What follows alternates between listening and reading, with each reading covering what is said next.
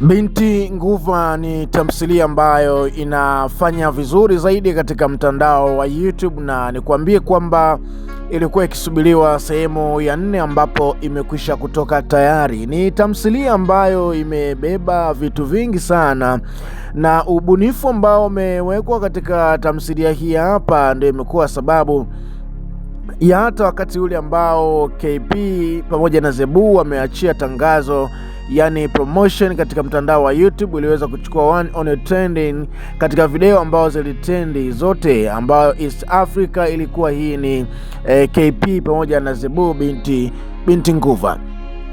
Kwa hatua hiyo ya awali ambayo iliweza kusababisha kuwashawishi watazamaji wengi na waandaji wengi wa filamu nchini Tanzania kuona sasa mabadiliko makubwa yanakuja na mapinduzi mkubwa sana ambao unaokuja kupitia mapinduzi ya KP pamoja na Zebu kuhakikisha wanafanya vitu vizuri zaidi katika kuwafikia watu wengi, ili kuhakikisha wanafanya kitu ambacho kinakuwa kiko tofauti na watu wengine.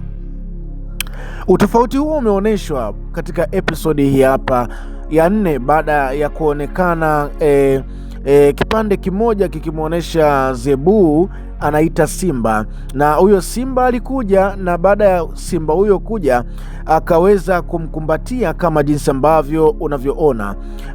Huyu ni simba ambayo amemkumbatia na ameonyesha kuja kabisa baada ya kuwa ameitwa na binti Nguva. Sasa katika hali sio ya kawaida, ukitazama kama ni mtu ambaye haujafuatilia zaidi mitandao ya kijamii na haujui ni kwa namna gani ambavyo huwa zinatengenezwa action kama hizi hapa za kuonesha kwamba simba yuko karibu na binadamu au kitu cha kutisha au chochote ambacho hakiwezi kukaribiana na mwanadamu kiko karibu na mwanadamu, kama haufahamu vile ambavyo huwa vinatengenezwa, kwako wewe itakuwa ni attention kubwa sana na kuona kwamba wamefanya hatari kubwa au hatari ya baraa sana, au huenda walienda kwenye mbuga za wanyama ambapo wanawalea simba tangu wakiwa wadogo, kwa hiyo wanakuwa hawafundishwi au hawajui kumng'ata mwanadamu, bali isipokuwa wao wanapewa chakula cha kawaida. Sasa katika hichi kipande kimeonyesha mwanadada huyu akiwa anakumbatiana na simba. Hii sio jambo la kawaida, sio jambo la kawaida. Hili ni programu kubwa sana ambazo zimeweza kutumika kuweza kumtengeneza simba mkubwa kama huyu na baadaye kumsogeza karibu kabisa na binadamu, katika kitendo ambacho kimetendwa au maandalizi ambayo yameandaliwa. Ni maandalizi makubwa kwa kweli. Haijalishi wametumia program za aina gani kuweza kumtengeneza simba kama huyu, au wametumia teknolojia ya aina gani kuweza kumtengeneza simba kama huyu. Lengo sio teknolojia wala lengo sio simba kuwa karibu na binadamu, ila lengo kubwa ambalo limestajabisha kabisa ni ile hali ya ubunifu, jinsi ambavyo ulivyofanywa, kwa sababu hata kuandaa sini au kuwaza sini ambayo itakayomhusisha simba ni ubunifu ambao mtu mwingine huenda alioko bongo hajafanya. Kwa hiyo jalishi wametumia mtambo gani unaojulikana au hujulikana, lakini ni ubunifu ambao wameweza kuongeza kwenye kazi yake, creativity ya kutosha sana hii hapa.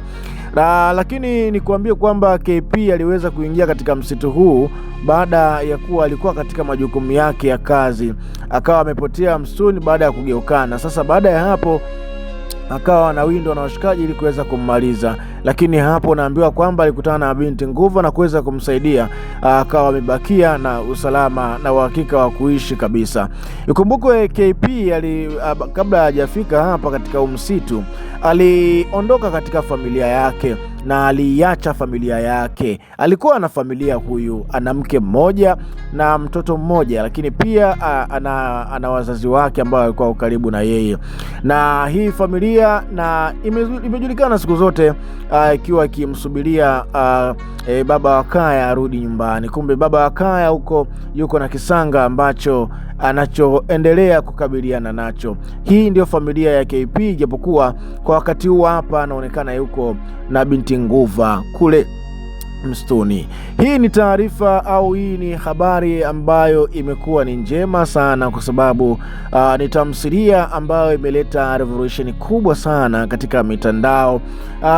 Watengenezaji wa tamthilia wameanza kutafakari kwa ukubwa na kuona kumbe hata hiki au haya mambo madogo madogo yanawezekana kama tukiyafanyia uwekezaji, na nia njema siku zote ina nguvu, hairogwi.